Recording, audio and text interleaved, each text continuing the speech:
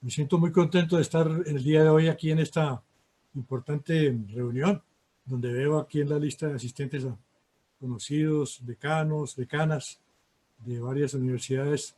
Últimamente me he desempeñado como profesor en el área de administración de empresas en la Universidad Santo Tomás, pero este año he estado dedicado a mis actividades de consultoría y asesoría a nivel internacional.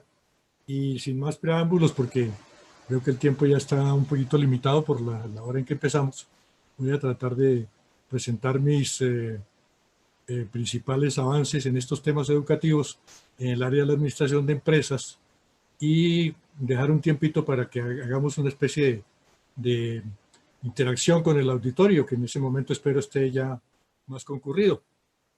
Entonces voy a compartir pantalla con ustedes, porque esta presentación va a ser bastante dinámica, espero.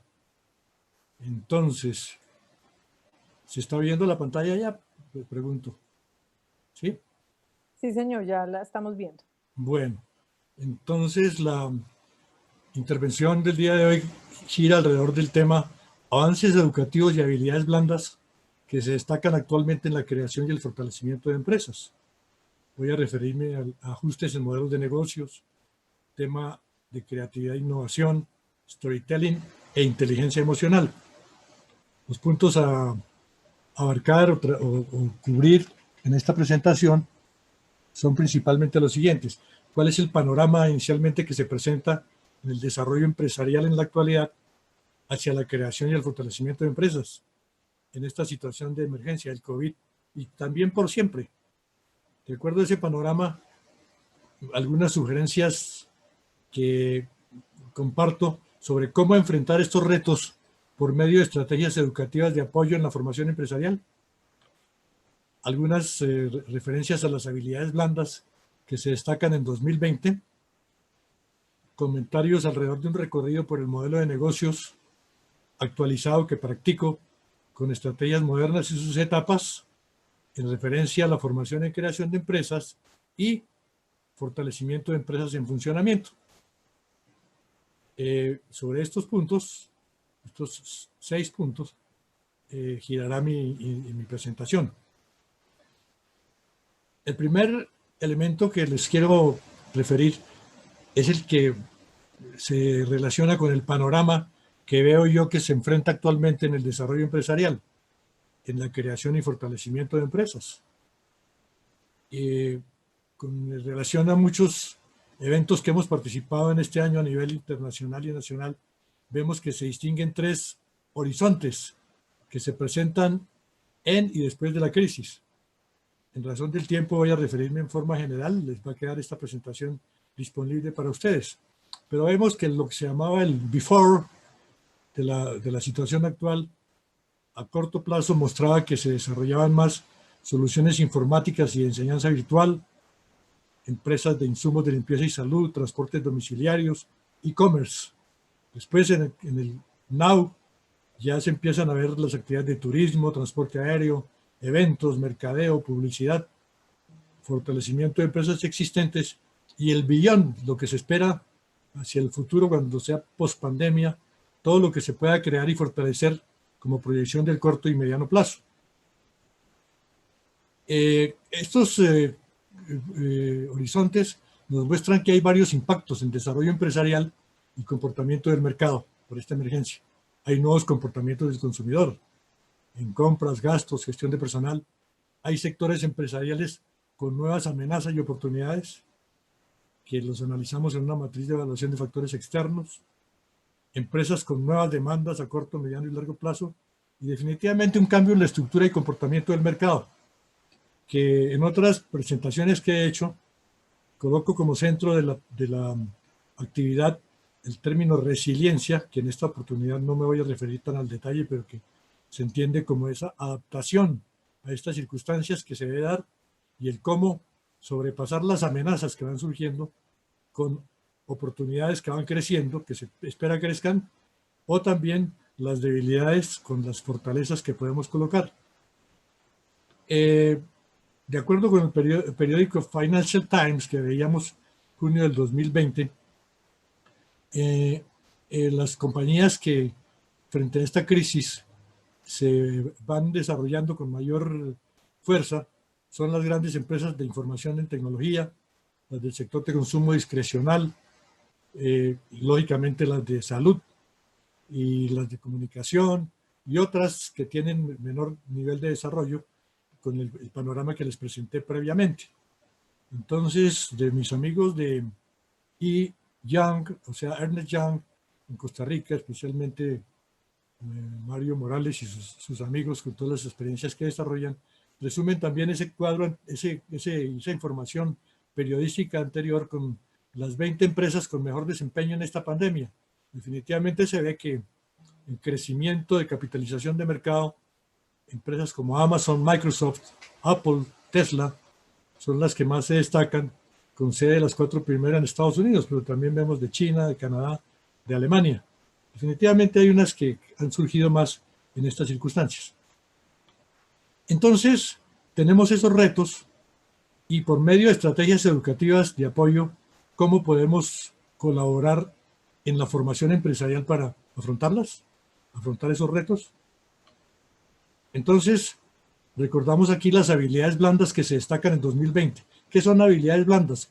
Coloqué aquí la información que nos da la orientación de Universia, que dice que son las competencias que se demuestran en la ejecución del trabajo y no están relacionadas únicamente con los conocimientos, con las duras, sino con la puesta en práctica de una combinación de habilidades sociales, comunicación, aptitudes y capacidad de acercamiento con los demás. Aquí entonces, de Udemy for Business, Udemy es la empresa que internacionalmente nos apoya en actividades de capacitación, muestran que entre las habilidades blandas que más se destacan en 2020 están la mentalidad de desarrollo, la creatividad, capacidad de concentración, la innovación, estoy colocando en rojo a las que voy a referirme, las dotes de comunicación, el storytelling, la concienciación de las diferentes culturas, el pensamiento crítico, el liderazgo y la inteligencia emocional. Cada una de estas, pues, con mayor detalle se las recordaría, pero tiene en sí misma la esencia de lo que se quiere hacer para dominar en el mercado actualmente, no únicamente con los conocimientos. Entonces, frente a ese panorama que vimos, hay dos tipos de caminos entre los muchos que se presentan como decisiones a tomar: creación de empresas o de negocios o fortalecer las empresas en funcionamiento. Aquí entonces vemos que seguramente se plantea el interrogante: ¿ser empresario o ser empleado? Un reto interesante para estos actuales instantes. Entonces, empezamos acompañando el análisis con el apoyo de una historia. Aquí empiezo a aplicar esas habilidades blandas y practico la técnica del storytelling, una de las que mencionamos anteriormente. Es la narración de historias, que el storytelling ustedes lo conocen seguramente en mercado, para impulsar empresas, para distinguirlas. Vemos ahí que se encuentran en la información virtual sobre Johnny Walker, sobre Nike, sobre muchas empresas que se distinguen con esa técnica de contar historias. Pero aquí yo lo he aplicado, lo he adaptado para la academia. Y en este caso, para la academia, lo que hago es que, ¿en qué consiste? Lo trato de ver como una estrategia didáctica y arte para facilitar la presentación de temas académicos y empresariales hacia la comprensión de los tópicos que se tratan de enseñar no solo para estudiantes. Trato de que el conocimiento sea entendible por todo tipo de personas, no únicamente por nuestros estudiantes, sino también por niños y por personas que no tienen acceso al nivel educativo. Entonces, por ejemplo, esa pregunta de el empresario y el empleado la respondo con un storytelling. Tengo un canal de YouTube en donde coloco videos que yo mismo voy elaborando. Aquí les voy a mostrar 2 o 3 minutos de uno que trata de ayudar a responder esta inquietud.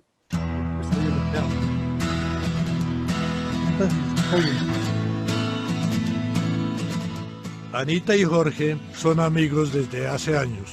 Son vecinos y sus familias son muy cercanas. ellos han tenido la oportunidad de estudiar carreras relacionadas con el desarrollo empresarial. Han recibido formación sobre la creciente necesidad de crear y consolidar empresas. Y no solamente pensar en ser empleados al terminar sus estudios profesionales. ¿Qué piensas del énfasis de nuestros profesores para que seamos empresarios? ¿Crees que todos podríamos serlo? Mi papá es empresario y esto me hace pensar que es la mejor opción de vida. Es importante lo que dicen nuestros profesores, pero dudo que todos los estudiantes tengamos la capacidad y posibilidad de ser empresarios. A mí me parecen muy buenos ejemplos a seguir los de Steve Jobs y Bill Gates. A mis familiares les ha ido bien siendo empleados, como es el caso de mi papá Julio, tú lo conoces. Jorge, reunamos a nuestros papás para saber sobre sus experiencias. Así podemos sacar algunas ideas que complementen lo que nos dicen en la universidad. ¿Te parece? Dale, Anita, cuadremos la reunión para el fin de semana. ¿Qué dices? Listo, reunámonos el sábado. Bueno, entonces, ustedes pueden ver, esto dura 10 minutos el video, solamente presento 2 o 3 para que se den cuenta cómo lo vamos afrontando. Tratamos de responder esas preguntas, los que intervienen son estudiantes en la parte de las voces. Y aquí lo que se hace es que en el storytelling en la academia lo usamos en 4 contextos. Para describir en forma narrativa términos o vocablos de limitada comprensión.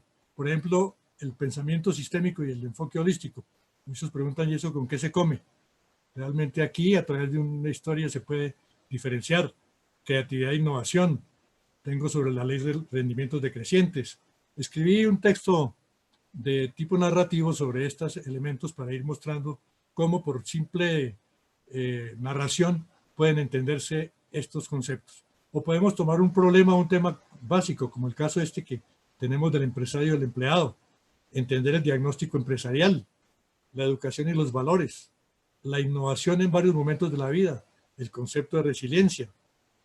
O para las materias respectivas, los espacios académicos. Yo dicto habitualmente el curso de modelos de negocio y en cada semana tengo una historia para ir narrando e ir mostrando qué se va a ver durante esa semana en el respectivo contenido de la asignatura y otras perspectivas.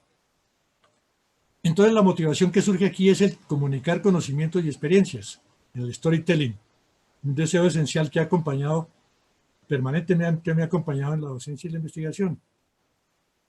Y aquí lo que diferencio son 2 momentos. Uno, dedicarnos a escribir libros solamente para puntajes universitarios, para un reducido público.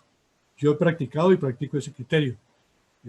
Soy vinculado como investigador a Colciencias, sabemos lo que hay que hacer en ese caso, escribimos de acuerdo al método científico, muy chévere todo, pero nos quedamos en un grupo de población muy reducido. O el otro es comunicar experiencias de vida, enseñanzas y conocimientos en un ambiente más flexible y abierto, tratando de llegar a una población objetivo más amplia.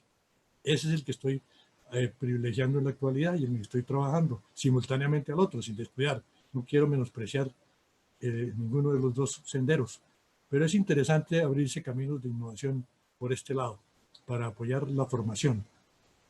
Entonces, si hacemos un recorrido por un modelo de negocios basado en estrategias modernas y sus diversas etapas, el modelo de negocios empieza, van a ver ustedes que se configura una imagen al lado derecho.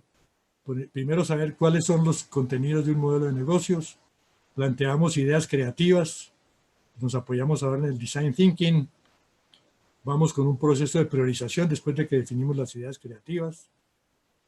En este caso entra la habilidad blanda de la creatividad. Después de que tenemos las ideas, seguimos con un diagnóstico externo, en donde entra PESTEL, fuerzas de Porter, matriz de factores externos, lógicamente el análisis del sistema de comercialización, el análisis financiero que debe acompañar el proceso, los aspectos internos hacia la nueva empresa, y vamos configurando un toolbox, o sea, una caja de herramientas, en donde al final lo presentamos en forma de el famoso Canvas. Me gusta más el Lean Canvas, o ahora usamos también 10X, también se utiliza, pero el modelo tradicional de Alice Osterwalder. Y esto junto con conceptos de innovación y resiliencia nos van a llevar a presentar un plan de negocios completo de acuerdo a esta estructura. Aquí se configura la imagen de uno de nuestros alumnos que va poco a poco interviniendo en el proceso. Aquí tengo esa caja de herramientas del curso de plan de empresas, en donde vamos analizando primero las guías de pregrado, posgrado, planteamos las ideas por medio de creatividad e innovación, le hacemos el diagnóstico externo que mencioné, el sistema de comercialización, el análisis financiero, los aspectos internos y el modelo Canvas en sus diversas estructuras de Osterwalder, el tradicional, hacia el empresario, el de las 9 casillas, de las 9 casillas también del Lean Canvas, de Ash Maria y otras que vienen surgiendo a nivel nacional e internacional, para llegar a un modelo de negocio que describa las bases sobre las que una empresa crea, proporciona y capta valor. Entonces, frente a esta estructura, que es la que llevamos aquí, recapitulo, analizamos en las guías, por ejemplo, los modelos de pregrado, posgrado, Universidad de Harvard, todo eso viene ahí, pero lo juntamos con todos esos elementos que ustedes vieron. Hay una persona que está levantando la mano. ¿Se está escuchando bien todo? Perfecto, doctor. Estamos aquí atentos. Se escucha bien. Al final respondemos las preguntas en razón del tiempo que les mencioné al comienzo. Bueno, entonces, cuando vamos a plantear ideas, estoy tomando de este planteamiento aquí, ya vamos por el caso de las ideas. En las ideas entra el design thinking, pero también introducimos ampliamente el criterio de creatividad, las técnicas de creatividad, donde el maestro de esto, el gurú internacional, ha sido Edward de Bono, pero actualmente han surgido muchas otras escuelas que complementan lo anterior, y la innovación. Entonces, en creatividad, ¿cómo nos ayuda la creatividad a definir ideas? Aquí tenemos en creatividad diversos métodos, desde el tradicional que todo el mundo conoce, el de la lluvia de ideas, de Osborne, el modelo TOWS, que lo ponen también como creatividad TOWS, de Threat, Opportunity, Weakness, Strength, que es el TOFA nuestro, la matriz y crea empresa, una que creé yo también para ampliar este TOWS, donde veo también acciones y responsables de solución, la técnica de punto de entrada y punto de salida, por ejemplo, darle a las personas un cuento donde se les pregunta, o un artículo periodístico, o un artículo de tipo científico, para ver cuál fue la motivación que tuvo el autor para escribirla y cómo la terminaríamos. La recordada 6 sombreros para pensar de Bono, las relaciones forzadas. Aquí tomé unas cuantas. Ruptura de paradigmas, que la creatividad viene siendo ruptura de paradigmas, el ingenio y perspicacia, y muchas más. Neuronilla.com, por ejemplo, ahí encuentran ustedes más de 80 o 90 técnicas de creatividad que usamos para ayudar a las personas a definir ideas, como el caso, por ejemplo, aquí de un DOFA que apliqué para un curso de emprendimiento digital que hicimos recientemente, donde en ese DOFA colocamos las fortalezas de una persona, el DOFA personal, buena salud, disposición a aprender, las debilidades que tiene, temor a hablar en público, no sabe otro idioma, por ejemplo. Vemos oportunidades y amenazas, y en el centro sacamos 5 posibles ideas que puede tener frente a esta pandemia. Mercadeo de productos agropecuarios a domicilio, se está haciendo. Producción de insumos de limpieza y salud. Gestiones en apoyo a personas con limitaciones, adultos mayores, por ejemplo. El emprendimiento digital. El establecimiento de huertas autosuficientes y producción agropecuaria. Se plantean las ideas con creatividad, se miran estas en conjunto de acuerdo a las oportunidades y amenazas, y con este criterio nos preguntamos primero, ¿sabemos la diferencia entre creatividad e innovación? Y aquí es donde viene, aquí tengo una publicación que en un curso pasado regalé a los del área andina, precisamente algunos ejemplares, el libro Creatividad e Innovación para el Desarrollo Empresarial, en donde trato el tema diciendo que creatividad es la posibilidad de formular nuevas iniciativas de acción que se pueden concretar en ideas creativas. Creatividad, las ideas. Esto está tomado también de varios autores, lo hemos referido. Esa la transformamos en invención, materialización de las ideas creativas. Somos muy buenos para formular ideas, pero poco para ponerlas en prototipo. Cuando llegamos a una feria empresarial, llegamos a invención, y la innovación es el reto grande que tenemos. Para fabulosos proyectos en ferias virtuales, en ferias empresariales, pero ¿cuántos de esos llegan a ponerse frente al mercado y a materializarse? Muy poquitos, es el reto que tenemos en las universidades. que ojalá se esté rompiendo por algunas de las de ustedes en el momento actual. Entonces, como no todo el mundo entiende la diferencia entre creatividad e innovación, ahí me diseñé otro cuentico. Aquí todavía tengo... Santo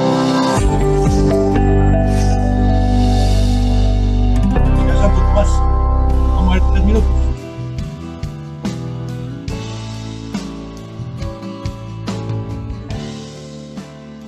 Creatividad e innovación en nuestro desarrollo empresarial personal.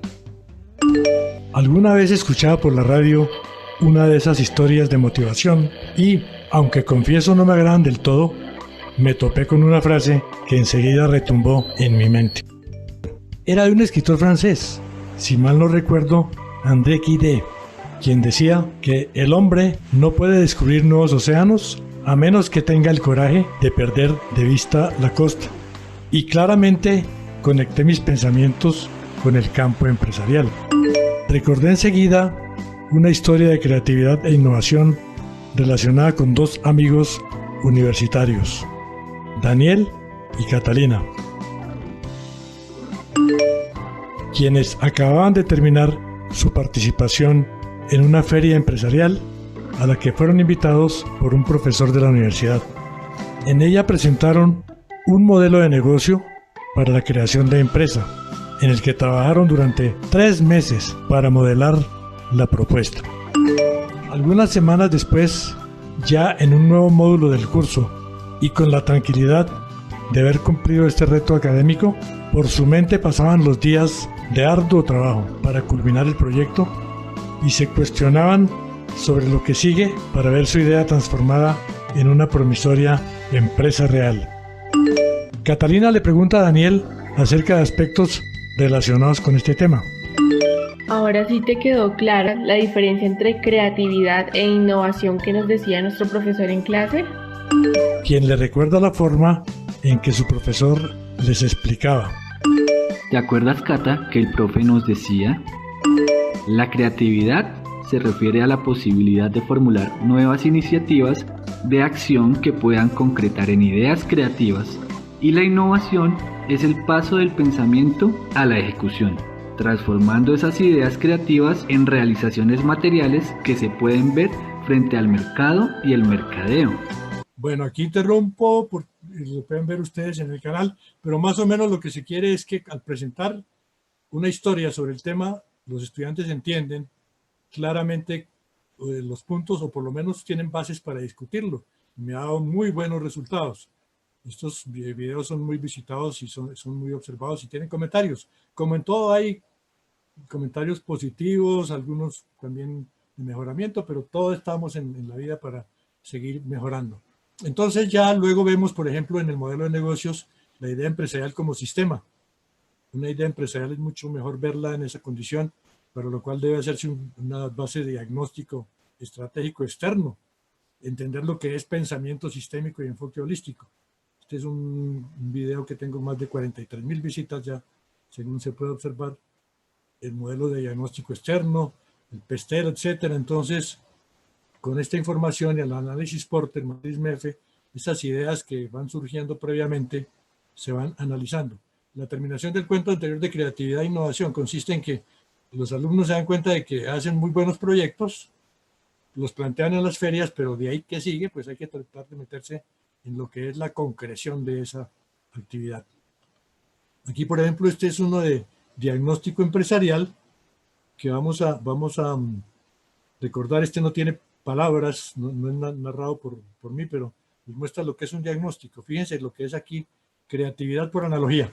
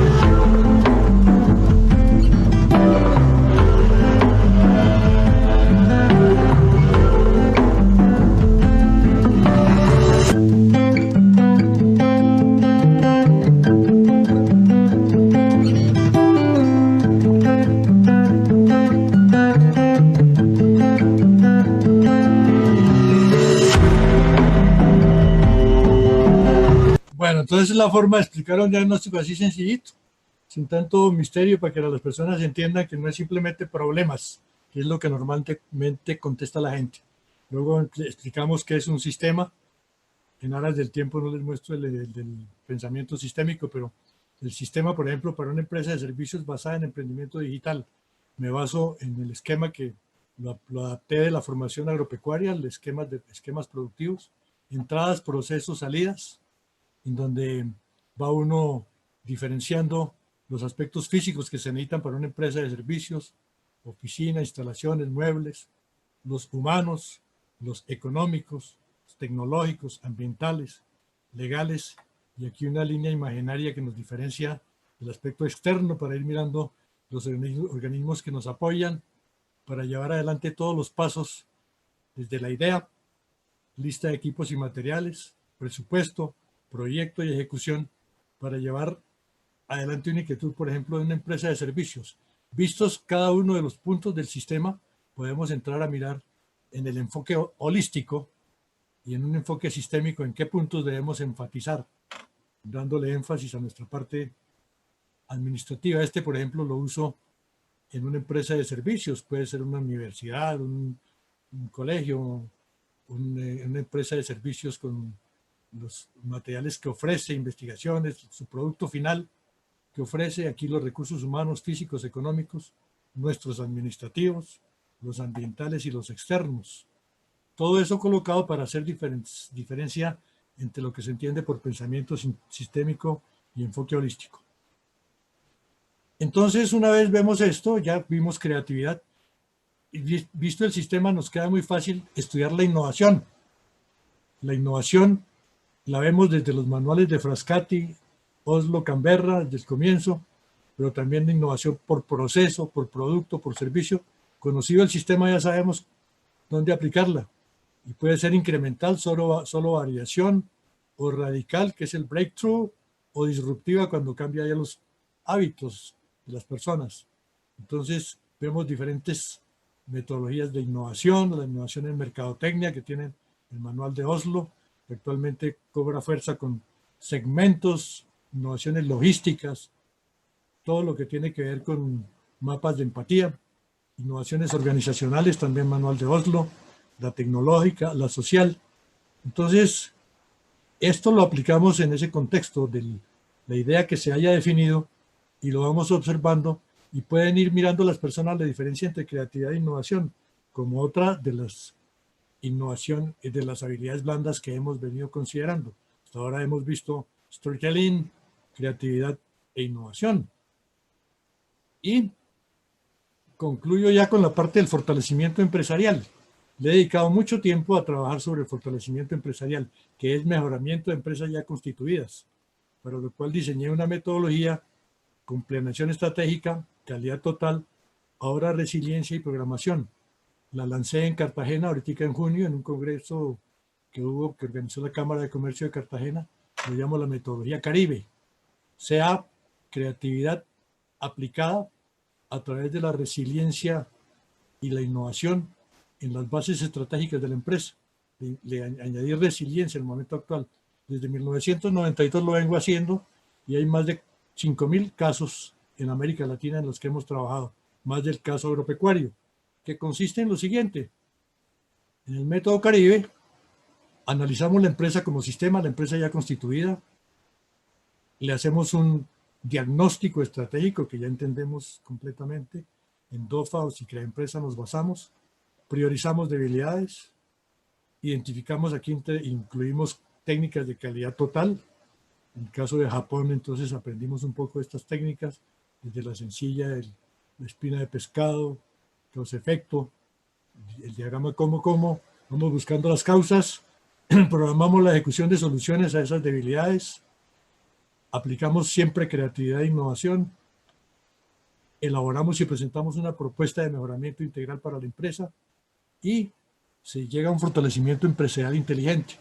Esto aquí, por ejemplo, ya en la Santo Tomás, en el contacto ahí como docente, se habían ya desarrollado unas 50 o 60 tesis de grado sobre el particular, en donde se toma una empresa ya constituida, puede ser la de los padres de familia del estudiante que desea investigar sobre el particular, y se le lleva adelante todo el proceso. Esto también es innovación.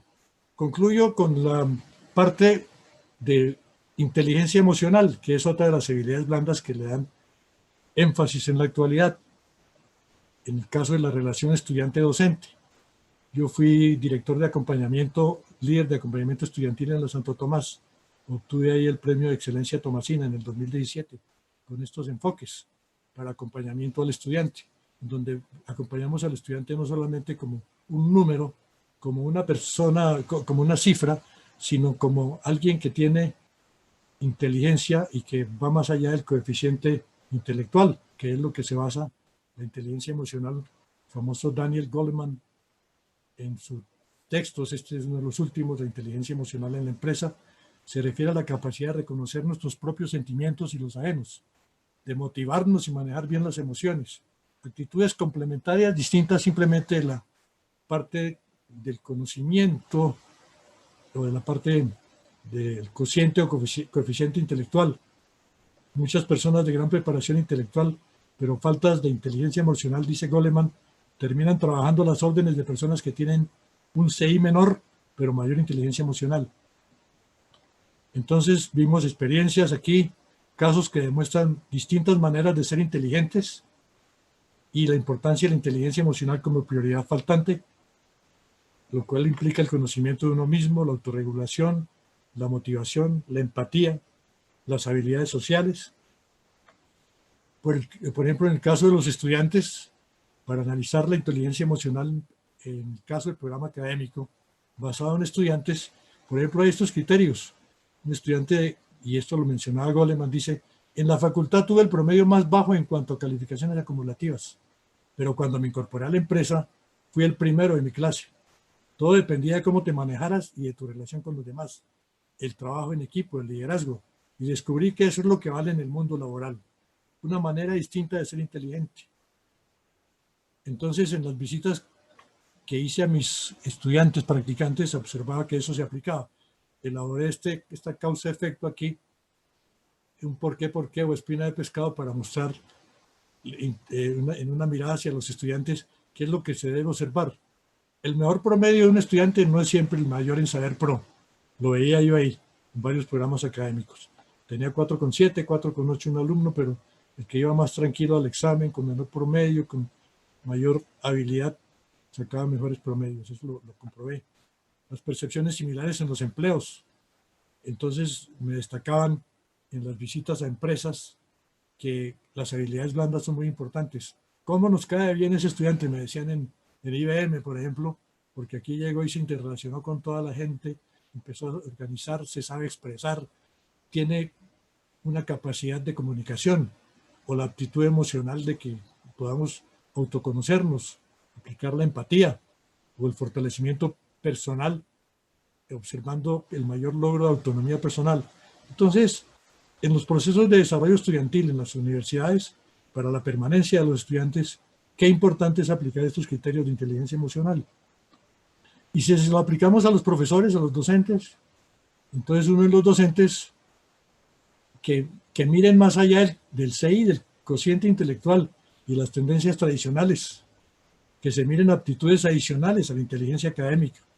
Aquí está el caso de Ken Robinson, el famoso video que ustedes deben conocer, que dice que las escuelas matan la creatividad, como en las escuelas británicas a veces se descuidaba dar apoyo a aquellos alumnos que pensaban distinto a los tradicionales, que no querían ser simplemente los mismos que estudiaban las carreras tradicionales, sino ser artistas, ser personas que se dedicaran a otras cosas. En parte esto se basa en la economía naranja actual.